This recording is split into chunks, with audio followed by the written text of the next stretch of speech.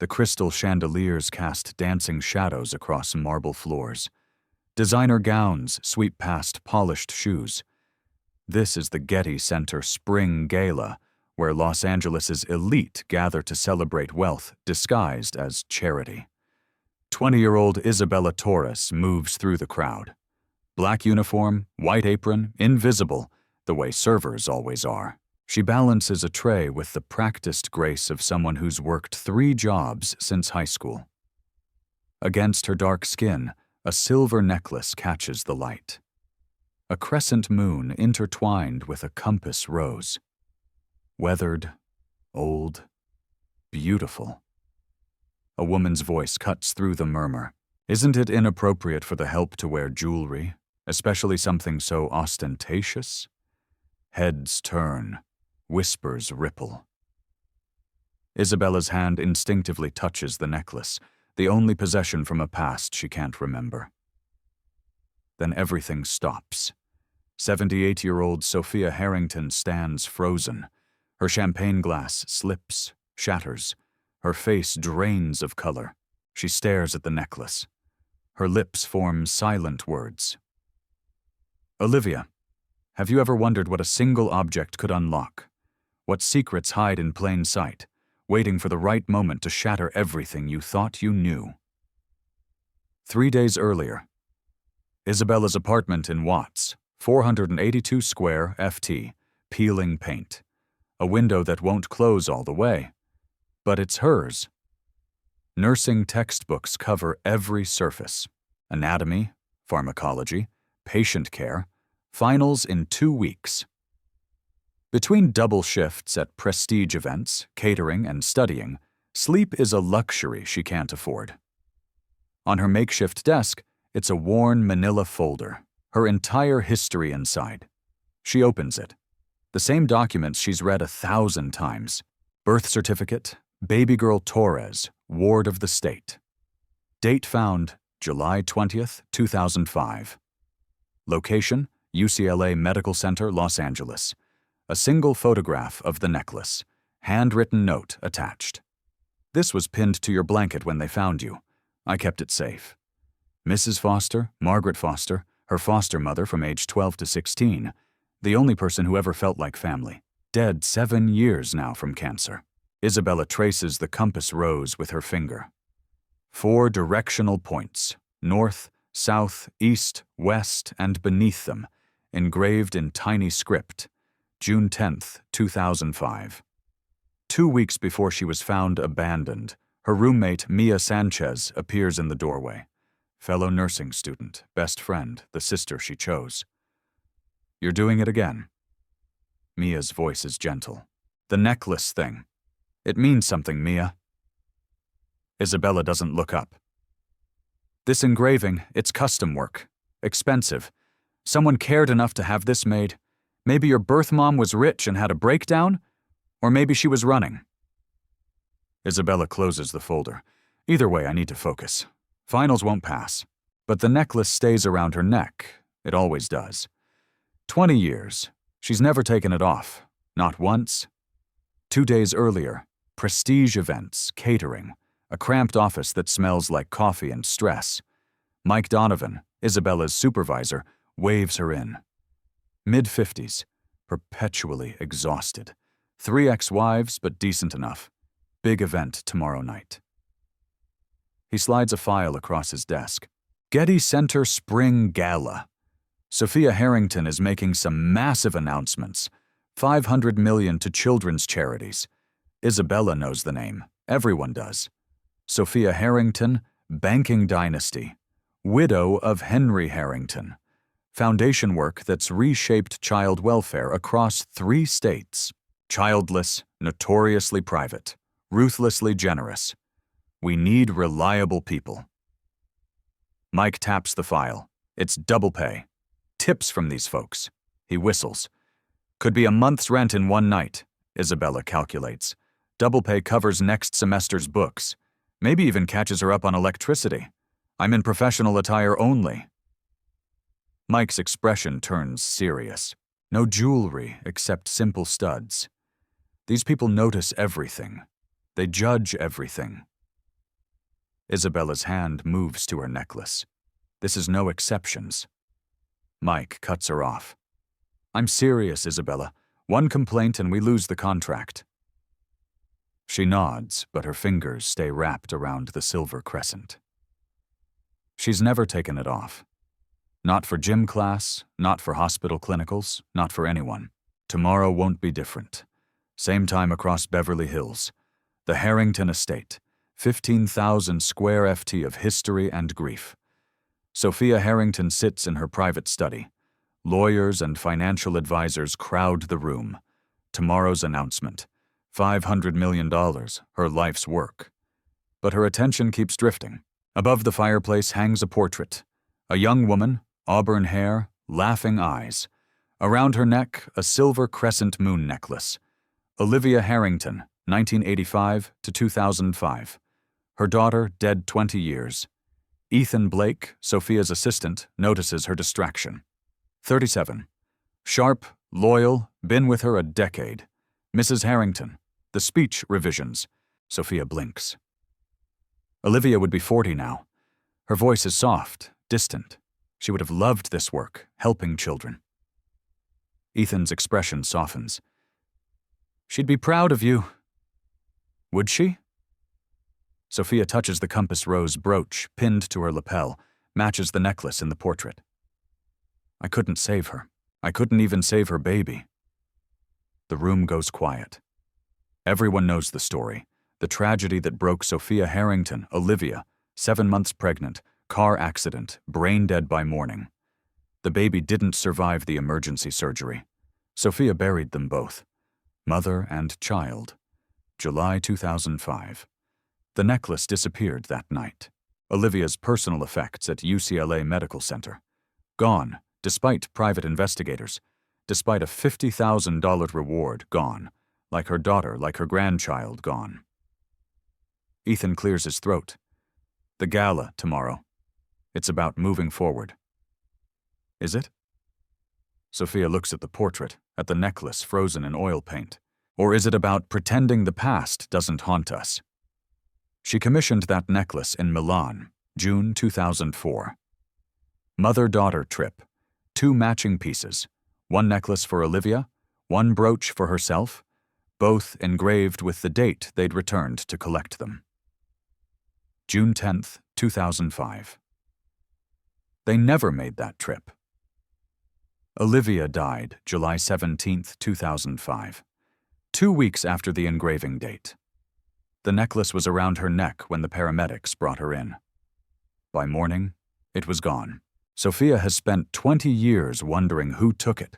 Why was it a simple theft or something darker? Tomorrow night, she'll stand before Los Angeles' elite and talk about hope, about giving children a future. She'll smile, she'll inspire, she'll pretend her heart isn't a graveyard, because that's what you do when you're Sophia Harrington. You survive.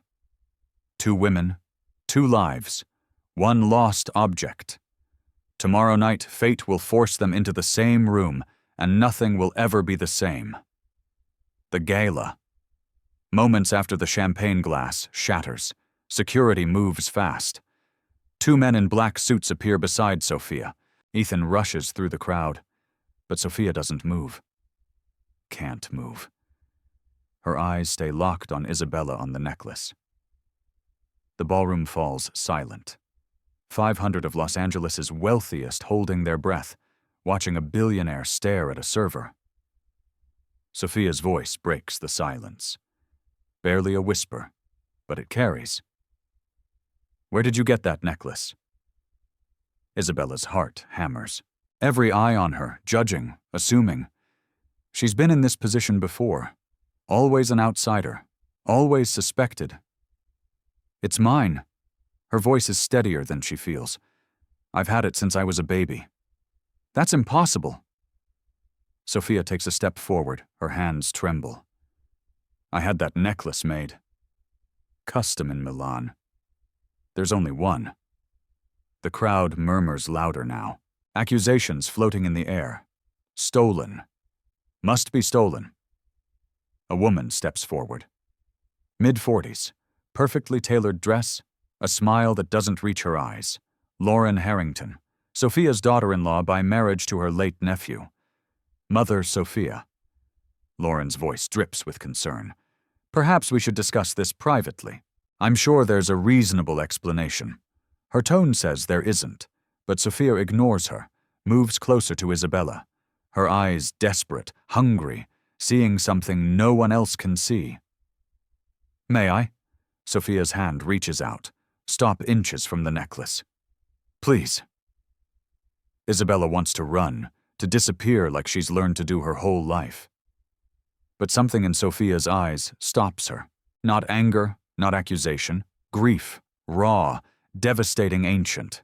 Isabella nods. Sophia's fingers touch the silver, trace the compass rose, find the engraving on the back. Her breath catches. 06, 10-5. Sophia's knees buckle. Ethan catches her. It's real. Olivia's necklace. 20 minutes later, a private room off the main hall. Isabella sits across from Sophia. Ethan stands nearby. 2 others have joined them. Detective Marcus Ruiz, 62, LAPD, semi-retired but on the Harrington family retainer, and Dr. Lena Patel, family reunification specialist, lawyer, sharp eyes that miss nothing. I'm not pressing charges. Sophia speaks first. Direct. I need to understand how you have that necklace. Isabella's hands grip her knees. I was abandoned. Infant outside UCLA Medical Center, July 20th, 2005. The necklace was pinned to my blanket. That's everything I know. The room temperature drops. Sophia's face transforms.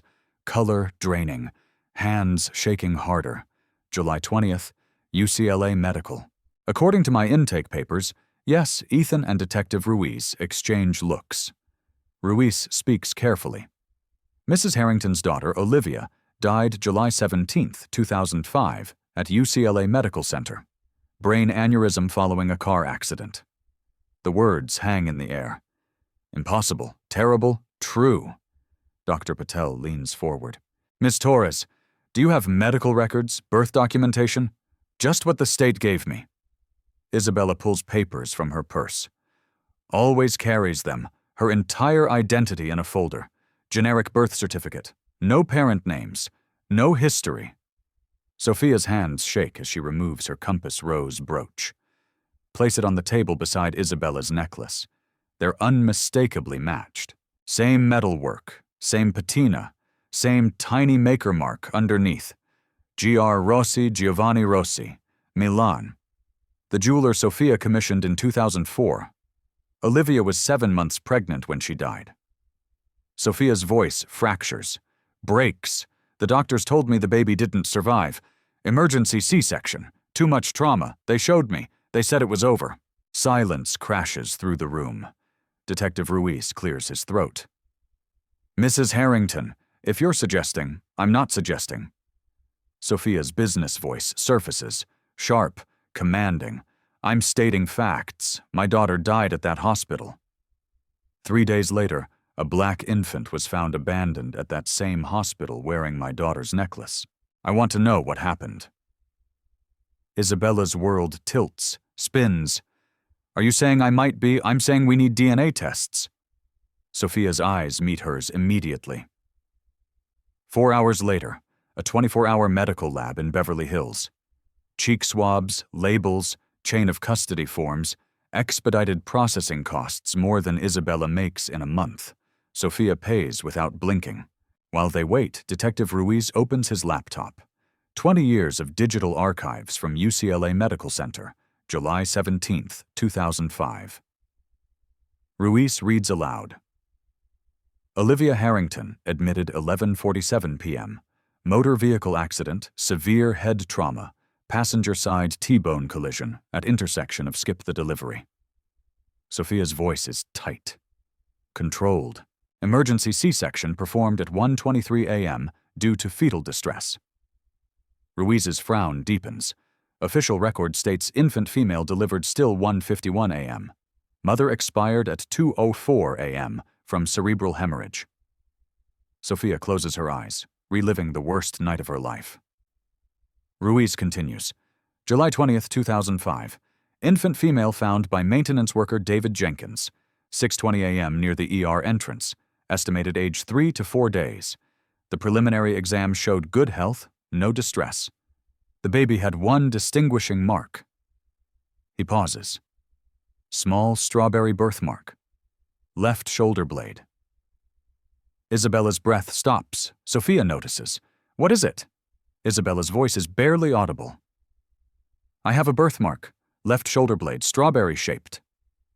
The room freezes. Show me. Sophia stands. Isabella hesitates. This is insane. This can't be real. But she turns, lowers her collar enough to reveal the mark. Small, reddish, shaped like an irregular heart. Sophia's sob tears through the quiet. Olivia had the same mark, exactly the same location. Her father had it. Henry's mother documented it in all the family medical records, worried it was vascular. Ethan's face goes pale. If the baby survived, why would they report her stillborn? Dr. Patel's voice is grim. Professional. Either catastrophic medical error or someone deliberately falsified the records. Detective Ruiz finishes. Sophia stands. Her grief transformed into something harder, colder, more dangerous. Find out who delivered that baby. Find out who signed the death certificate. Find out who was in that delivery room. Her voice could cut glass. And find out why my granddaughter was abandoned like garbage while I buried an empty coffin. The next morning, DNA results arrive via secure email. Dr. Patel opens the attachment. Her hands are steady, professional, but her eyes betray emotion. She reads aloud, each word landing like a hammer. Probability of biological relationship between Sophia Harrington and Isabella Torres. She pauses. 99 to 97%. The room erupts.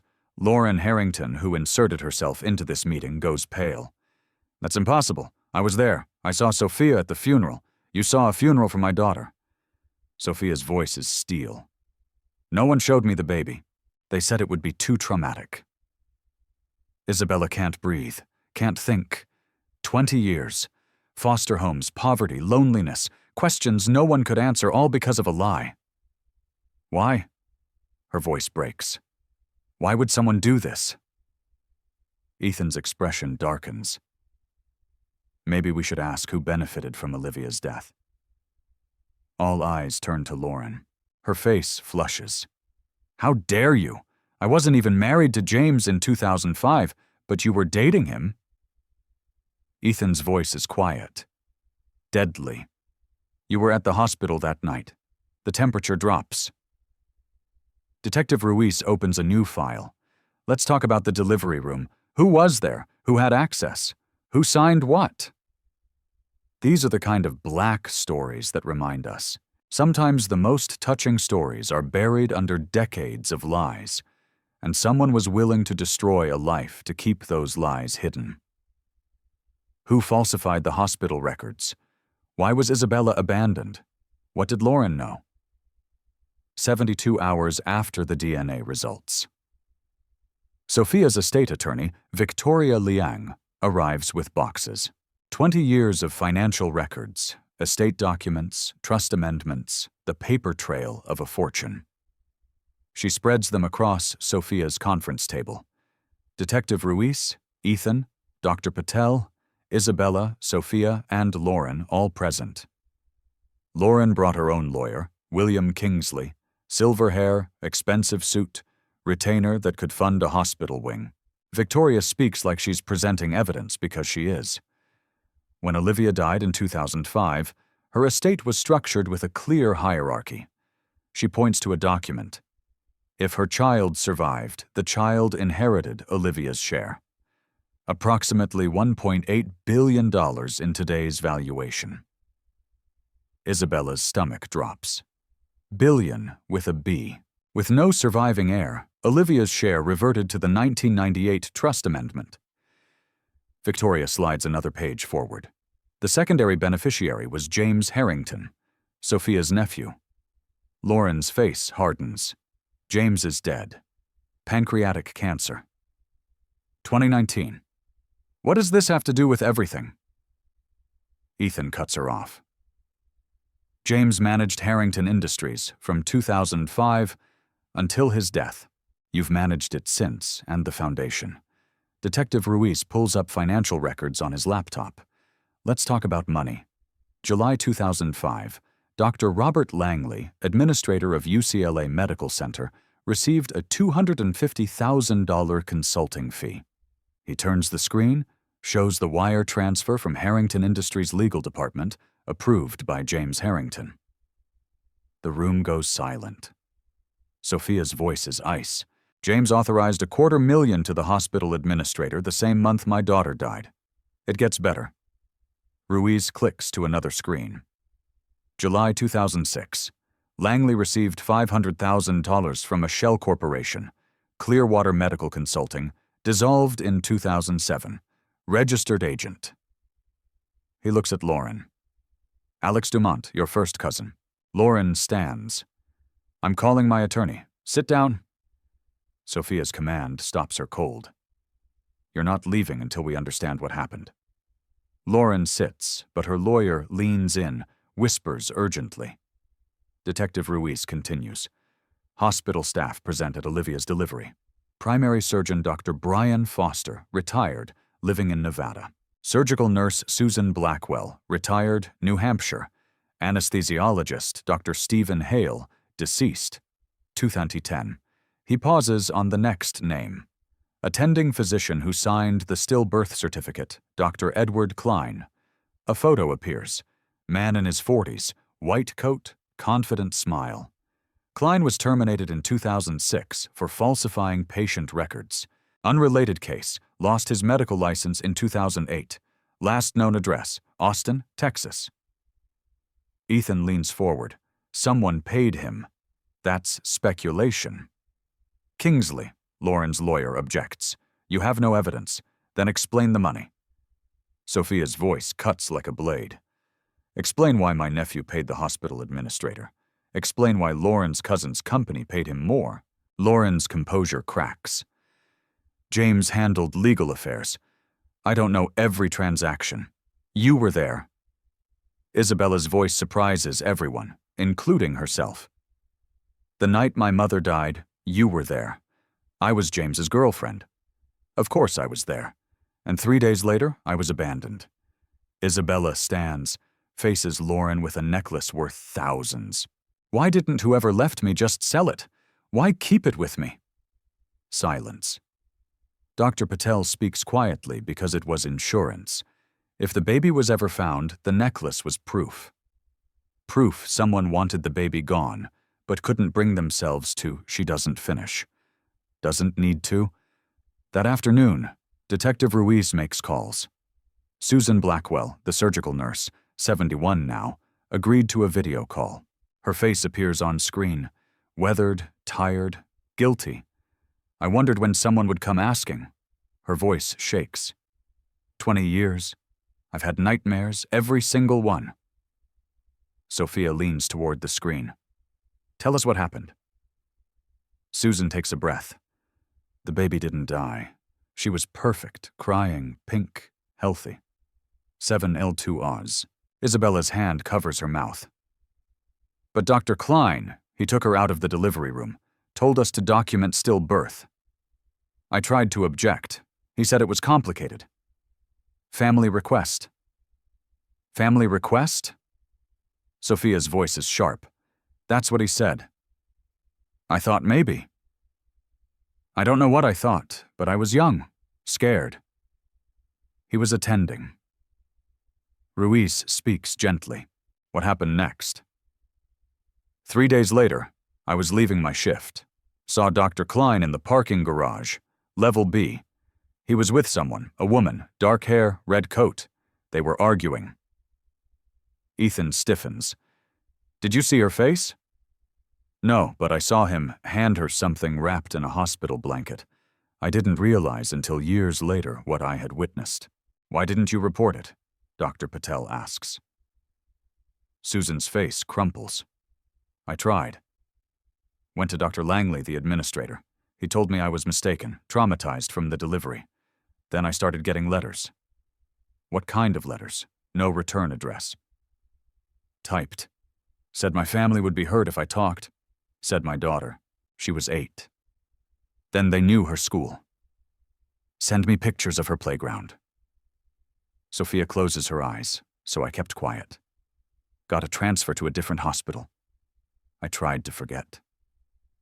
Susan wipes tears. I'm sorry, I'm so sorry. Isabella can't speak, can't process. They threw her away, threatened a woman into silence, all for money. Detective Ruiz pauses the recording. Susan, the woman you saw, the red coat. Can you describe anything else? Expensive, designer, Burberry, maybe? And she was tall, confident, moved like someone used to giving orders. Ethan's face goes white. Lauren had a red Burberry coat.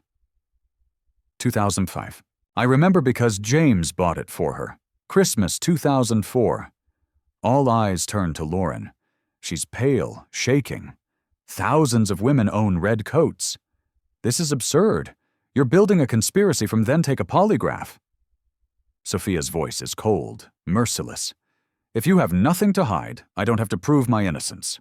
Actually, Kingsley says quietly, given the evidence, you might want to cooperate. Even her own lawyer sees it.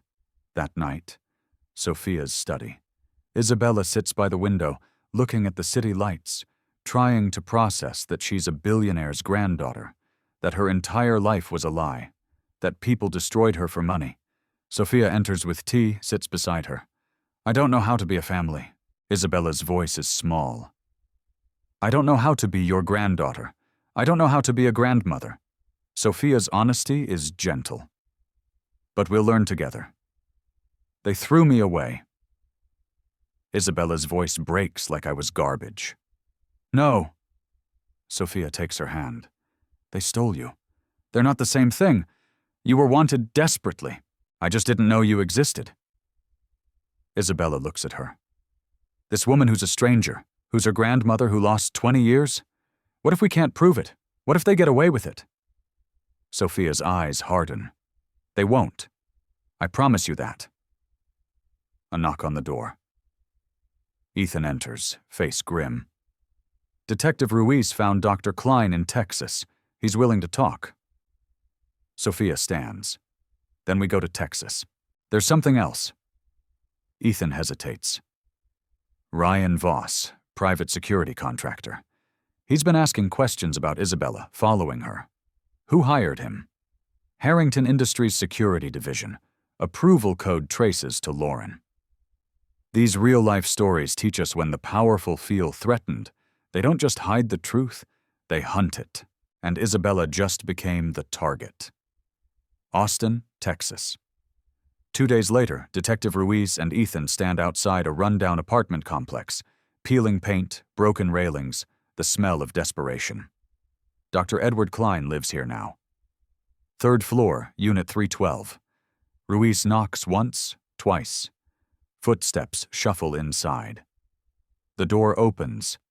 A man appears, 67, but looks 80. Hollow eyes, shaking hands. The ghost of the confident doctor from the photo. Dr. Klein. Ruiz shows his badge. Klein's face drains. I knew someone would come eventually. He doesn't ask why they're there. He already knows. Inside the apartment, Klein sits on a stained couch, hands wrapped around a coffee mug. Can't stop shaking. I can't talk about that night. They'll kill me. Who will kill you? Ethan asks. I don't know. That's the point. Klein's voice cracks. I've been running for 20 years, changing addresses, using cash. They still find me. Ruiz leans forward. Tell us what happened. July 17th, 2005. Klein closes his eyes.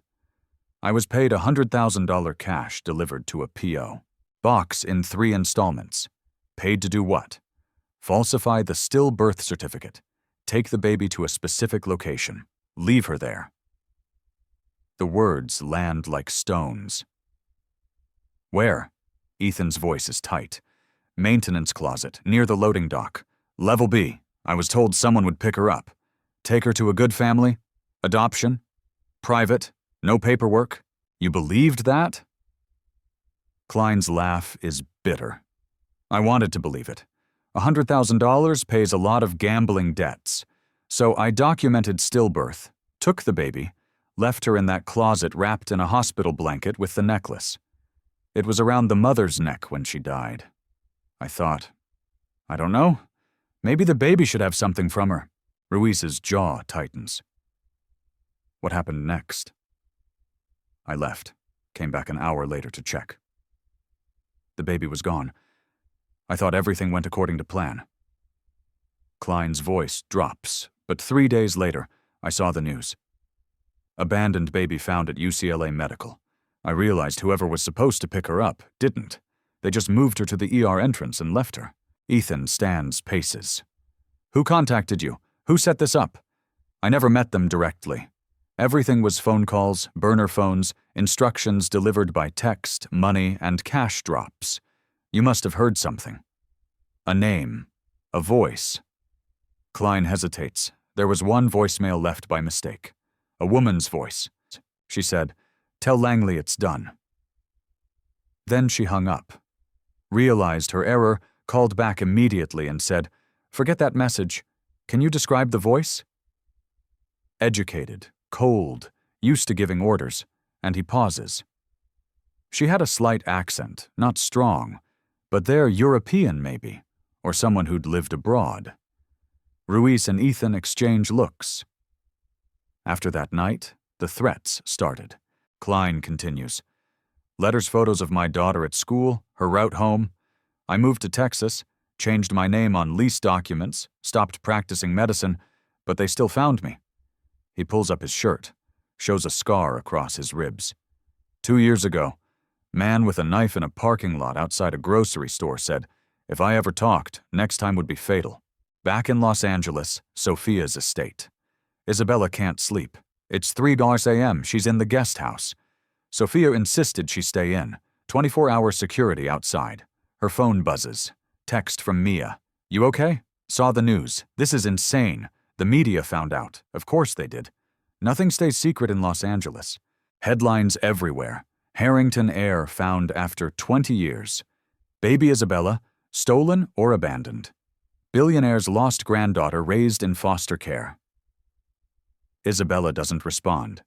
Can't find words. Another text. Unknown number. Stop asking questions. You survived once. Don't test your luck. Her blood goes cold. She screenshots it. Forwards to Detective Ruiz. But fear settles in her chest like ice. Someone is watching. The next morning, Sophia's conference room. The team gathers. Sophia, Isabella, Ethan, Detective Ruiz, Victoria Liang, Dr. Patel. Ruiz shares Klein's testimony. The room listens in grim silence. The voicemail. Victoria speaks. A woman's voice. European accent. That's specific. Ethan pulls up files. Lauren Harrington, born Lauren Dupont. My father was French-American. My mother was Swiss. Lauren spent summers in Geneva as a child. She has a slight accent when she's tired or angry. Sophia's face hardens. Circumstantial. We need more. I'm working on it. Ruiz opens his laptop. Doctor, Robert Langley, the hospital administrator.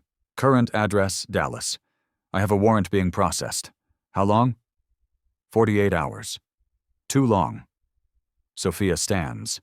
I want answers now. Ethan hesitates. There's something else. I've been digging into James's finances from 2005. He made several large cash withdrawals June through July. Total $850,000. $100,000 to Klein. $250,000 to Langley. Victoria calculates. That leaves $500,000 unaccounted for or already paid to someone else. Dr. Patel suggests the question hangs. Who? That afternoon, Isabella returns to her Watts apartment. She needs clothes, textbooks, her life before everything exploded. Security offered to accompany her. She refused. Needed space. Normal mistake. She climbs the stairs to her 3rd floor walk-up. The light is out again. The landlord never fixes anything. Her key turns in the lock. The door opens. The apartment is dark. She reaches for the light switch. A hand grabs her from behind, slams her against the wall. Man's voice, low, cold. You need to stop asking questions. Isabella's nursing training kicks in. She identifies pressure points, weak spots. Her elbow drives back, connects with his ribs. He grunts. Grip loosens.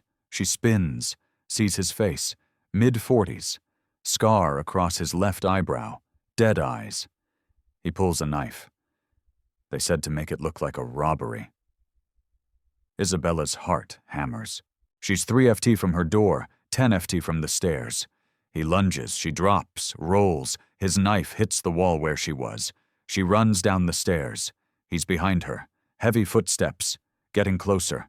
2nd floor, 1st floor, lobby. She bursts onto the street, screaming. People turn. The attacker stops at the door, sees witnesses, vanishes back inside. Isabella collapses on the sidewalk, shaking. A woman calls 911. 2 hours later.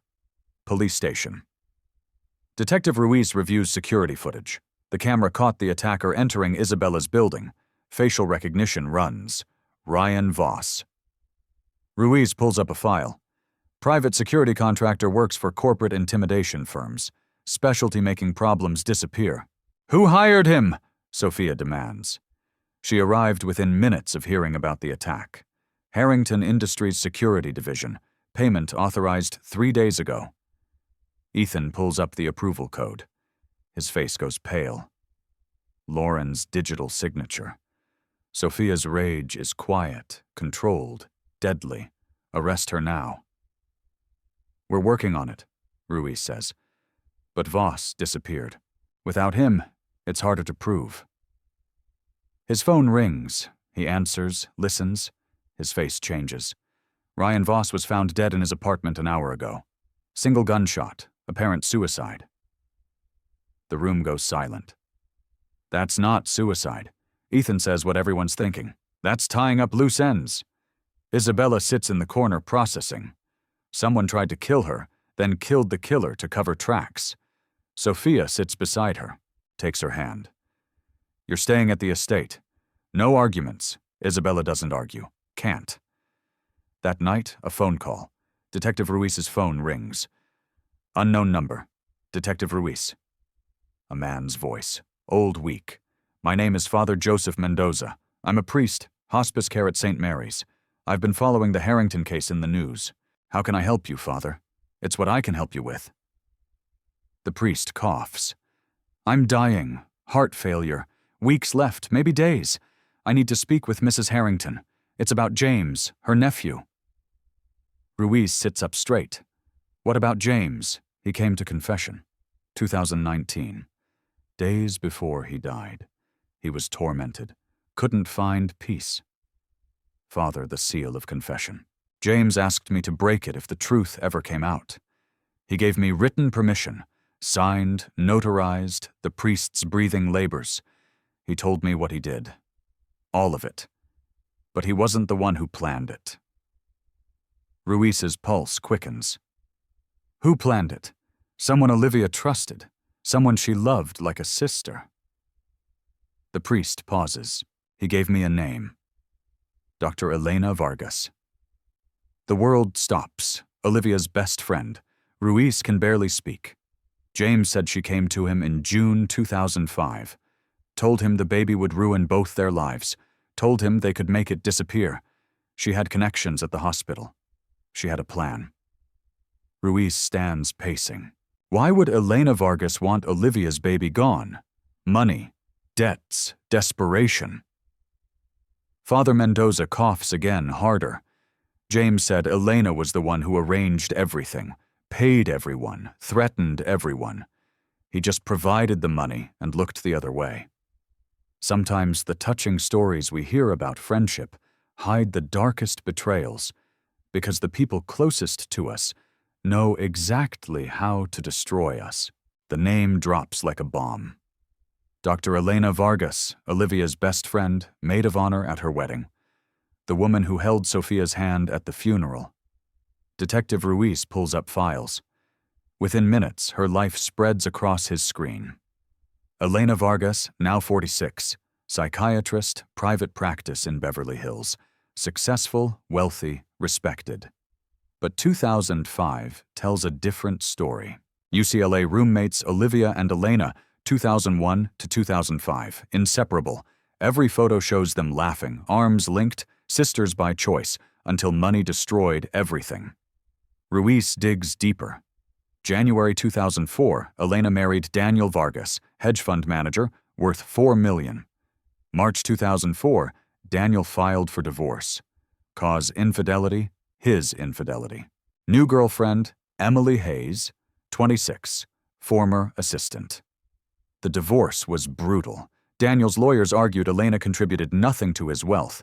Prenuptial agreement gave her minimal settlement, $200,000. That's it, Elena fought back.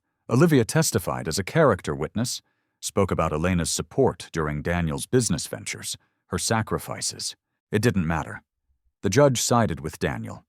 January 2005, divorce finalized. Elena got $200,000 and crushing legal debt. But here's where it gets interesting. April 2005, 2 months before Olivia died. Olivia co-signed a loan for Elena, $2 million, using Harrington Foundation funds as collateral. Sophia never knew. She forged my signature. Sophia's voice shakes with rage. That loan was never authorized, Victoria Leong confirms. If Olivia died and her heir was eliminated, the loan would be written off as a state loss. Elena keeps the money. No one asks questions. Ethan pulls up more records. July 31st, 2005. Daniel Vargas died. Boating accident. Malibu investigation ruled it accidental. He was drinking, fell overboard, drowned. 2 weeks after Olivia died. Dr. Patel notes Emily Hayes contested the will. Daniel promised to change it, but without proof and with Elena as the previous beneficiary, courts awarded Elena the full estate through a legal loophole. Ruiz does the math. $45 million from Daniel, $2 million from Olivia, all within 1 month. And all she needed was for Olivia and the baby to disappear. Isabella's voice is hollow. The pieces fit. Perfect, terrible, true. Detective Ruiz makes a call. Dr. Elena Vargas, this is Detective Marcus Ruiz, LAPD. I'd like to ask you some questions about Olivia Harrington. Silence on the line. Then I heard about Isabella. It's wonderful. Sophia must be overjoyed. Her voice is smooth, practiced, but there's something underneath. Fear. Would you be willing to come to the station? Clear up some timeline questions. Of course, though I'm not sure how I can help. That was 20 years ago. You remember it well enough. Another pause. Olivia was my best friend. You don't forget losing someone like that. No. Ruiz's voice hardens. You don't. They arrange a meeting tomorrow, 2 p.m. Elena agrees too easily, like she's been expecting this. That night, Sophia can't sleep. She sits in her study looking at photos of Olivia and Elena. Birthday parties, graduations, holidays. In every photo, Elena is smiling. Perfect teeth, perfect hair, perfect mask. How did Sophia miss it? The envy, the resentment, the rage hiding behind friendship? Ethan enters quietly. You couldn't have known. I should have. I'm supposed to protect my family. She fooled everyone, even Olivia. Sophia touches a photo. Olivia laughing. Elena beside her, arms around each other. She murdered my daughter, stole my grandchild, and I invited her to the funeral. Ethan has no response. Some betrayals are too deep for words. The next day, 2:40 p.m. police station, Dr. Elena Vargas arrives 15 minutes early. Designer suit, Hermes bag, lawyer in tow, Richard Fairfax. Expensive, ruthless. She sees Sophia in the conference room. Her mask slips for half a second, then reconstructs. Sophia. It's been too long. She moves to embrace her. Sophia steps back. Don't. Elena's smile falters. She sits Fairfax beside her. Detective Ruiz, Ethan, Dr. Patel, and Victoria Liang fill the room, recording equipment running. Dr. Vargas, thank you for coming. Ruiz begins. We are investigating the events surrounding Olivia Harrington's death, specifically the disappearance of her baby. I thought the baby died. Elena's voice is careful. The baby is alive, sitting right there. Ruiz gestures to Isabella. Elena looks, really looks. Her face doesn't change, but her hands grip her bag tighter. How wonderful. You must be thrilled, Sophia. Sophia says nothing, just stares dissecting. Ruiz continues. We have testimony placing you at UCLA Medical Center the night Olivia died. Of course I was there. Olivia was my best friend. We have financial records showing Olivia co-signed a $2 million loan for you. April 2005. Elena doesn't blink. Olivia was generous. She helped me through a difficult divorce. We have phone records. Ruiz slides papers across the table. 17 calls between you and Dr. Robert Langley in the week before Olivia died. Why were you calling the hospital administrator? I don't recall. That was 20 years ago. We have testimony from Dr. Edward Klein. He says a woman with a European accent gave instructions to falsify the stillbirth certificate. Elena's lawyer leans in. My client doesn't have to respond to hearsay. We have a voicemail. Ruiz plays it. The audio is old, scratchy, but clear enough. A woman's voice. Tell Langley it's done. Elena's face remains neutral, but a vein pulses in her neck. That could be anyone. We have witness testimony. Ruiz presses. Susan Blackwell, surgical nurse. She saw Dr. Klein hand a blanket-wrapped bundle to a woman in a red coat. Parking garage. Level B. July 20th, 2005. Thousands of women own red coats. We have testimony from James Harrington given to Father Joseph Mendoza on his deathbed. Ruiz plays the recording. Father Mendoza's voice, weak but clear. James confessed everything. He said Elena Vargas came to him in June 2005. Told him Olivia's baby would destroy both their lives. She had a plan.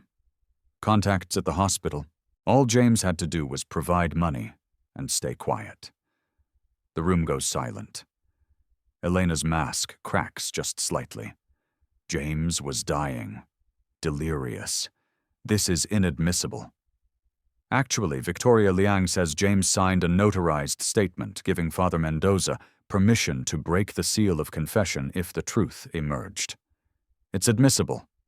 Fairfax whispers urgently to Elena. She shakes her head. Ruiz leans forward. Your ex-husband Daniel died 2 weeks after Olivia. Boating accident. We reopened that investigation, found a witness. Boat mechanic Tom Riley. He was paid $50,000 to tamper with the safety equipment. He slides a photo across. Riley signing a sworn statement. He identified you as the woman who hired him. Elena's breathing quickens. This is a setup. You're trying to frame me because you need someone to blame. We have bank records. Ethan speaks now. 3 cash withdrawals from your account. June 2005 totaling $150,000 the same week Klein and Langley were paid. Circumstantial. We have a motive. Sophia finally speaks, voice like ice. You were drowning in debt. Olivia had everything you wanted, and her baby stood between you and $45 million. Elena's eyes flash. Rage pure, unfiltered. You have nothing. Speculation and coincidence. We have enough to arrest you. Detective Ruiz stands. Doctor, Elena Vargas, you're under arrest for conspiracy to commit kidnapping, fraud, and conspiracy to commit murder. Fairfax shoots to his feet.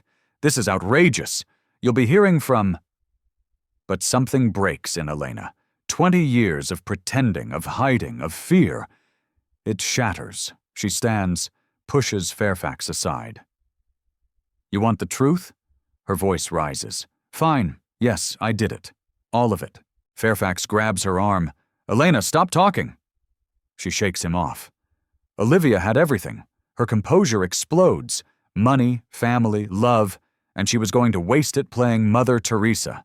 That baby would have inherited billions while I had nothing. Sophia stands, hands shaking with rage. So, yes. Elena is screaming now. I convinced James to help me. Yes, I paid Langley and Klein.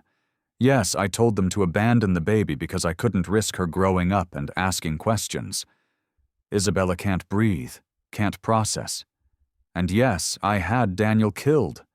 He owed me that money after what he did. After he humiliated me, after he threw me away for some 26-year-old. Fairfax looks like he wants to disappear. You want to know the worst part? Elena laughs. Bitter, broken. I'm not sorry. Olivia was naive. James was weak. They both deserved what happened. She looks at Isabella, eyes cold. You survived. You're fine. You're about to inherit billions, so what's the problem? The room is silent, stunned. Sophia steps forward, voice quiet. Devastating. The problem, Elena, is you're going to spend the rest of your life in prison, knowing all your scheming achieved nothing but your own destruction. Security enters, handcuffs Elena. As they lead her away, she's still screaming. Olivia didn't deserve that fortune. She was going to waste it. I was smarter. I deserved it. The door closes. Silence crashes down. Isabella realizes she's crying. Sophia's arm wraps around her. These are the black stories that remind us evil doesn't always wear a mask. Sometimes it wears the face of a friend. 3 days later, Los Angeles Criminal Courthouse. The media circus is deafening. Cameras flash. Protesters hold signs. Justice for Isabella. How many others were stolen? Sophia and Isabella arrive surrounded by security. Inside, the courtroom is packed, standing room only. Dr. Elena Vargas sits at the defense table. Orange jumpsuit, no makeup. The mask is completely gone. Richard Fairfax beside her looking like he aged 10 years. Lauren Harrington sits separately, her own legal team. Accessory charges. Conspiracy. Judge Elena Gonzalez enters. 64, 2 decades on the bench. Zero tolerance for games. All rise. Assistant District Attorney Andrew Kim stands. Your Honor, the people will demonstrate that Dr. Elena Vargas orchestrated a conspiracy spanning 20 years. Kidnapping, fraud, murder. He lays out the case, the DNA evidence, financial records, testimony. Susan Blackwell takes the stand first. 71, nervous but determined. The baby didn't die. She was healthy, crying, perfect. Kim guides her. What happened next?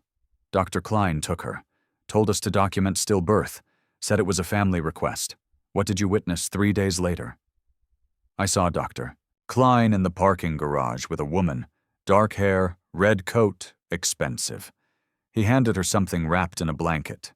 Kim shows a photo. Elena Vargas, 2005. Could this be the woman?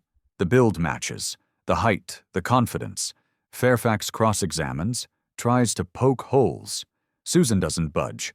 Dr. Edward Klein testifies next. Immunity granted. Looks broken. I falsified the stillbirth certificate. Paid $100,000. Instructions through burner phones. Cash drops. Have you ever heard a name once? Voicemail. A woman said, "Tell Langley it's done." Describe the voice. Educated. Cold. Slight European accent. Kim plays the recording, then submits voice analysis. 92% match Dr. Vargas's voice. The courtroom murmurs. Tom Riley testifies. The boat mechanic. Guilty conscience. She paid me $50,000 to tamper with Daniel Vargas's boat. Safety equipment. Make it look accidental. Who paid you? Dr. Elena Vargas. Met her at a marina. Told me exactly what to do. Kim shows surveillance footage. Riley meeting Elena. June 2005. It's her, no question. Father Joseph Mendoza appears via video link. Hospice oxygen tube. Weeks left. James Harrington confessed. July 2019, days before he died. What did he confess about the baby? How Elena Vargas convinced him it was necessary, that the baby would destroy their inheritances. Who orchestrated it? Elena, all of it. She had hospital connections, arranged payments. James just provided money, Fairfax objects. Kim submits James's notarized permission. Judge Gonzalez allows it. Isabella takes the stand. The courtroom goes silent. Kim approaches gently. Miss Torres, tell the court about your childhood. 7 foster homes before I aged out at 18. Some good, most weren't. Did you have family support? I had no one. No records, no history, just a necklace and questions. How did you survive? 2 jobs in high school, 3 in college, scholarships, loans. I worked every day to become a nurse. What did you think about your biological family? Isabella's voice cracks. I thought they didn't want me. I thought I wasn't worth keeping. Sophia's eyes fill with tears. Now you know the truth. Now I know I was wanted, but someone decided my life was worth less than money. She looks at Elena. You stole 20 years from my grandmother, condemned me to poverty, killed people for money. Elena stares back. No remorse. Fairfax cross-examines. You stand to inherit billions. I don't care about money. I care about my grandmother, the life we lost, the mother I never knew. Isabella leans forward. Money doesn't fix that. Whispers ripple through the courtroom. Elena's final outburst. As Kim rests his case, Elena snaps. She stands, pushes Fairfax away.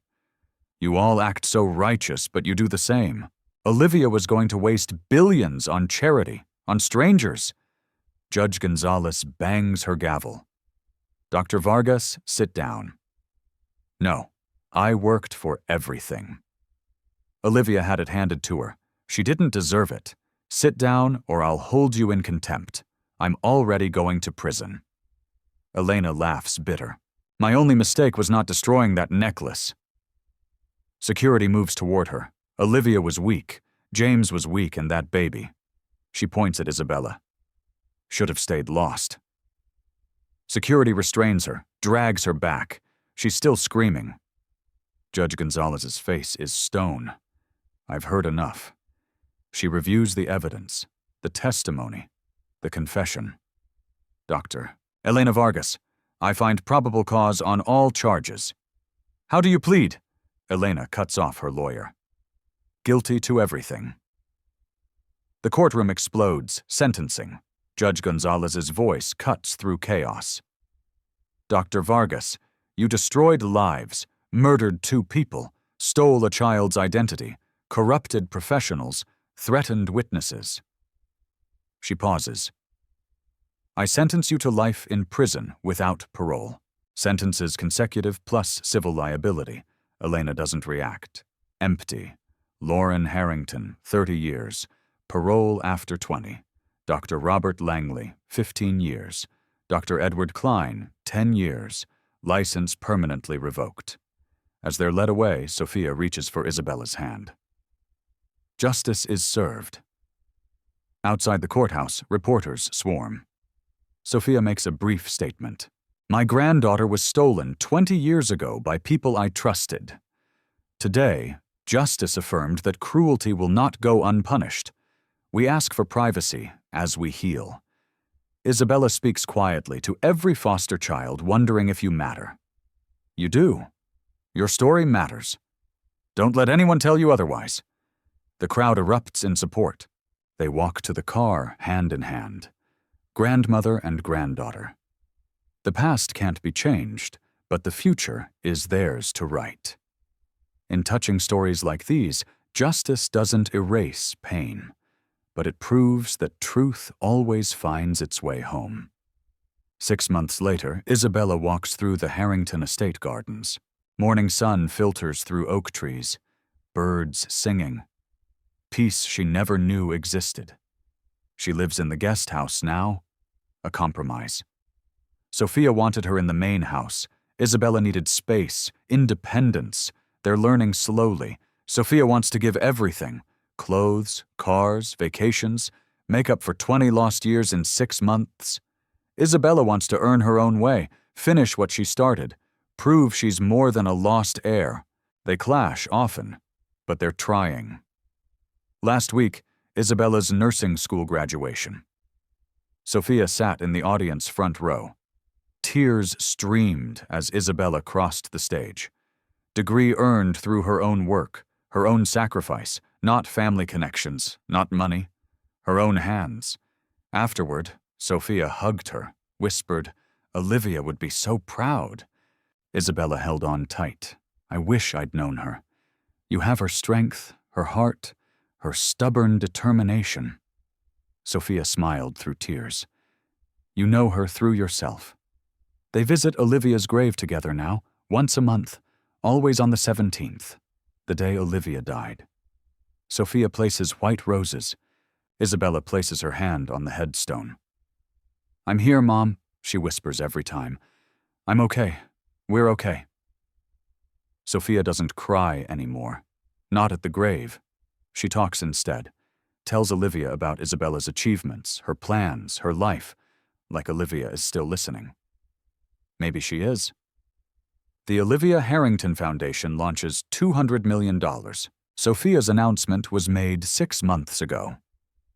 Now, real operational focus: foster children, education, scholarships, mental health services, family reunification resources. Isabella serves on the board, uses her experience, her pain to help others help. At the first meeting, she presents data, statistics, plans. Every year, 20,000 kids age out of foster care. No family, no support. We're going to change that.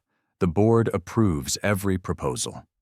Mia Sanchez is the first scholarship recipient, full ride to UCLA's nursing graduate program. She hugs Isabella after the announcement. "You did this?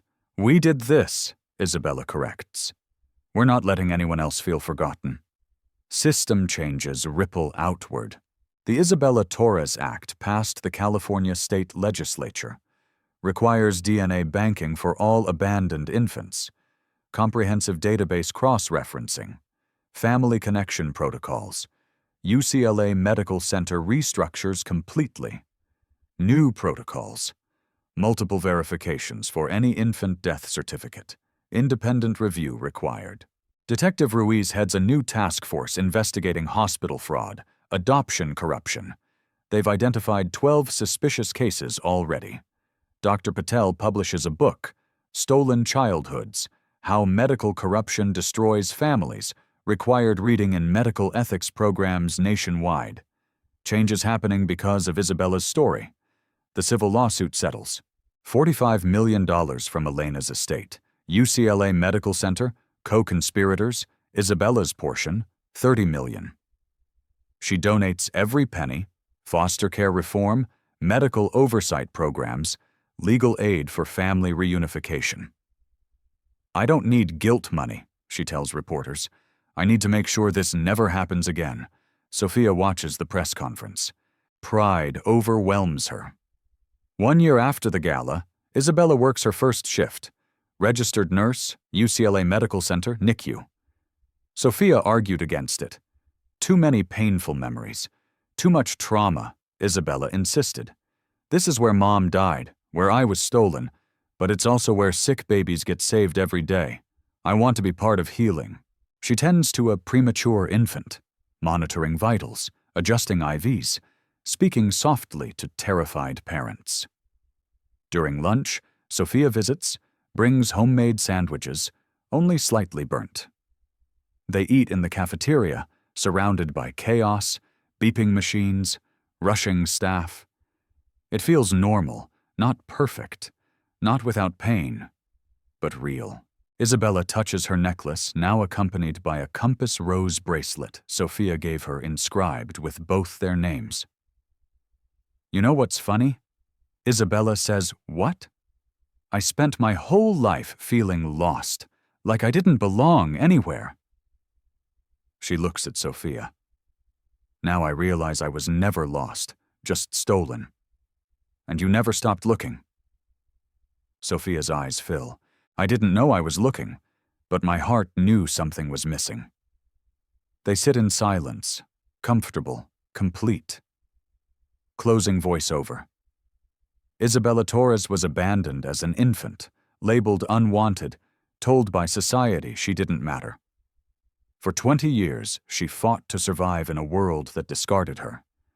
But a single necklace, a mother's final gift, became the thread that unraveled a conspiracy, restored a family, exposed corruption. The villains are behind bars. The system is changing. Justice prevailed. But the real victory, Sophia finally hears someone call her grandma. Isabella understood she was never unwanted. She was stolen. These real-life stories teach us. Can broken families heal? Can justice defeat power? Can one person's courage change everything? Isabella's story answers yes, but only if we refuse to accept injustice. Only if we fight for truth even when it's buried. Only if we remember every abandoned child has a story worth uncovering. The necklace was a symbol, but Isabella is a miracle. Not because she was rescued, but because she never stopped searching for the truth. Have you ever wondered what secrets your family holds? What injustices hide behind closed doors? In a world that tells us to move on, to forget, Isabella reminds us, truth is worth fighting for, and love always finds its way home. If this story touched your heart, share it. Comment below about your own journey.